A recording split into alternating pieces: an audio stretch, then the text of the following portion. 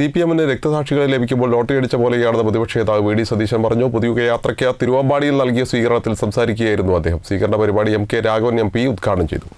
CPM-ന് രക്തസാക്ഷികളെ ലഭിക്കുമ്പോൾ ലോട്ടറി അടിച്ച പോലെയാണെന്ന് പ്രതിപക്ഷ നേതാവ് വി ഡി സതീശൻ പറഞ്ഞു. രക്തസാക്ഷി ഫണ്ട് അടിച്ചുമാറ്റാമെന്ന സന്തോഷത്തിലാണ് പാർട്ടിയെന്നും വി ഡി സതീശൻ പറഞ്ഞു. പൊതുയോഗയാത്രയ്ക്ക് തിരുവമ്പാടി നൽകിയ സ്വീകരണത്തിൽ സംസാരിക്കുകയായിരുന്നു അദ്ദേഹം.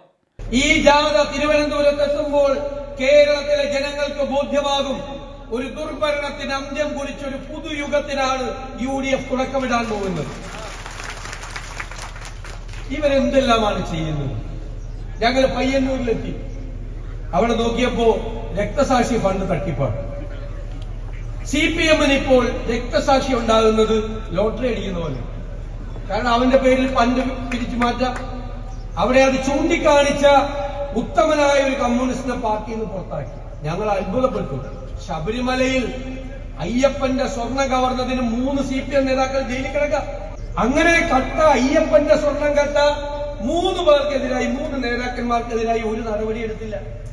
രക്തസാക്ഷി ഫണ്ട് അടിച്ചു മാറ്റിയ എന്ന് പറഞ്ഞ പാർട്ടിക്കാർക്കെതിരായി നടപടി. എന്തൊരു വൈരുദ്ധ്യമാണ്! എനിക്ക് ഇപ്പോഴാണ് മനസ്സിലായത് കമ്മ്യൂണിസ്റ്റ് പാർട്ടിയുടെ വൈരുദ്ധ്യാത്മക ഭൗതികവാദം എന്ന് പറഞ്ഞ ഇതാണ്. UDF അധികാരത്തിലെത്തിയാൽ കാർഷിക മേഖലയുടെ ഉയർച്ചയ്ക്കും വന്യമൃഗശല്യത്തിനെതിരെയും ലോകരാജ്യങ്ങൾ നടപ്പാക്കുന്ന തരത്തിലുള്ള പദ്ധതി നടപ്പാക്കുമെന്നും UDF-ന് കാർഷിക നയമുണ്ടെന്നും കൃഷി ചെയ്തതിൻ്റെ പേരിൽ ഒരു കർഷകനും നഷ്ടമുണ്ടാവുന്ന തലത്തിലേക്ക് പോവില്ലെന്നും അദ്ദേഹം പറഞ്ഞു. കേരളത്തെ രക്ഷിക്കാൻ സ്വപ്നതുല്യമായ നിരവധി പദ്ധതികളാണ് UDF-നുള്ളത്. ജാഥ തിരുവനന്തപുരത്തെത്തുമ്പോൾ തന്നെ സർക്കാരിന് അത് മനസ്സിലാവുമെന്നും അദ്ദേഹം പറഞ്ഞു. അയ്യപ്പൻ്റെ സ്വർണം കട്ടവർക്കെതിരെ ഒരു നടപടിയും സ്വീകരിക്കാത്ത പാർട്ടിയാണ് CPM-എന്നും വി ഡി സതീശൻ പറഞ്ഞു. 10 വർഷമായി കേരളത്തിൽ നടക്കുന്ന ദുർഭരണത്തിന് അന്ത്യം കുറിക്കാനാണ് പൊതുയോഗയാത്ര. 6 ലക്ഷം കോടി രൂപയുടെ കടബാധ്യതയാണ് കേരളത്തിനുള്ളത്. തകർന്ന കേരളത്തെ മികച്ച സാമ്പത്തിക ശക്തിയാക്കി മാറ്റുമെന്നും സതീശൻ പറഞ്ഞു. വെന്റിലേറ്ററിൽ കിടക്കുന്ന ആരോഗ്യ കേരളത്തെ പുനരുജ്ജീവിപ്പിക്കുന്നതിന് അന്താരാഷ്ട്ര നിലവാരത്തിൽ പദ്ധതി തയ്യാറാക്കുമെന്നും അദ്ദേഹം പറഞ്ഞു.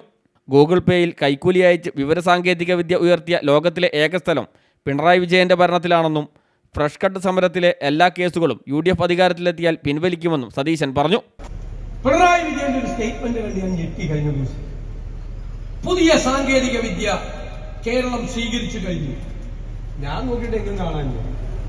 പിന്നീട് ഒരു വാർത്ത വരുന്നത് ജയിലിൽ കിടക്കുന്ന തടവുകാർ പരോള് കിട്ടാൻ വേണ്ടി DIGക്ക് ഗൂഗിൾ പേയിൽ കൈക്കൂലി കൊടുത്തത്. അപ്പൊ ഗൂഗിൾ പേയിൽ കൈക്കൂലി അയച്ച് സാങ്കേതിക വിദ്യ കരസ്ഥമാക്കിയ ലോകത്തെ ആദ്യത്തെ സ്ഥലമാണ് പിണറായി വിജയന്റെ. ഗൂഗിൾ പേയിലാണ് ഇപ്പൊ കൈക്കൂലി. അതായത് സാങ്കേതിക വിദ്യ സ്വീകരിച്ചു എന്ന് പറയുന്നത്. എങ്ങനെയായി ക്രിമിനലുകളും ഗുണ്ടകളും മയക്കുമരുന്നും മാഫിയയും അഴിഞ്ഞാടുന്ന കേരളം, ആ കേരളത്തെ നമുക്ക് രക്ഷിക്കണം. കേരളം ഇനി പിന്നോട്ട് നടക്കില്ല. നിങ്ങളോടുള്ള വാക്ക. കേരളം ഇനി മുന്നോട്ട് കുതിക്കും. ഇവിടെ എന്താണ് ജനങ്ങൾ സമരം നടത്തുമ്പോൾ ജനങ്ങളുടെ സമരത്തെ അടിച്ചമർത്താനാണ് പോലീസിന്റെ താല്പര്യം. ഫ്രഷ് കട്ടിന്റെ വിഷയം ഉന്നയിച്ചു.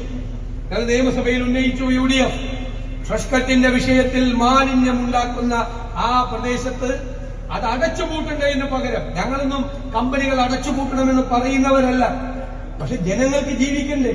14,000 കുടുംബങ്ങൾക്ക് ജീവിക്കണ്ടേ?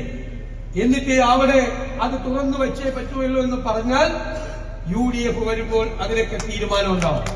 പിന്നെ ആ പാവങ്ങൾക്കെതിരായി എടുത്തിരിക്കുന്ന കള്ളക്കേസുകൾ UDF അധികാരത്തിൽ വരുമ്പോൾ എല്ലാ കേസുകളും പിൻവലിക്കും.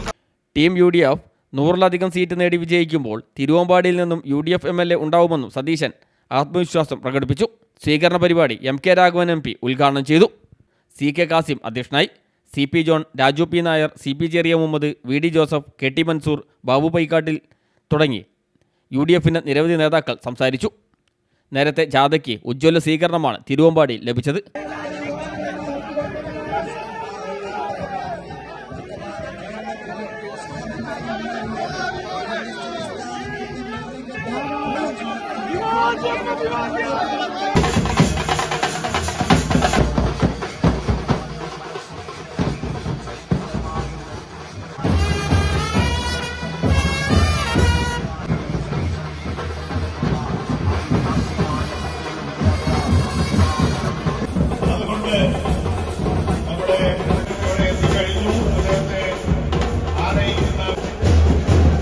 ഈ കഠിന ചൂടിനെ വകവെക്കാതെ പ്രത്യേകിച്ച് ഇന്നത്തെ ഈ ഒരു സമര ദിനത്തിൽ പോലും വേദിയിലും സദസ്സിലുമുള്ള എന്റെ പ്രിയപ്പെട്ട നേതാക്കന്മാരെ. News bureau, Thiruvambady.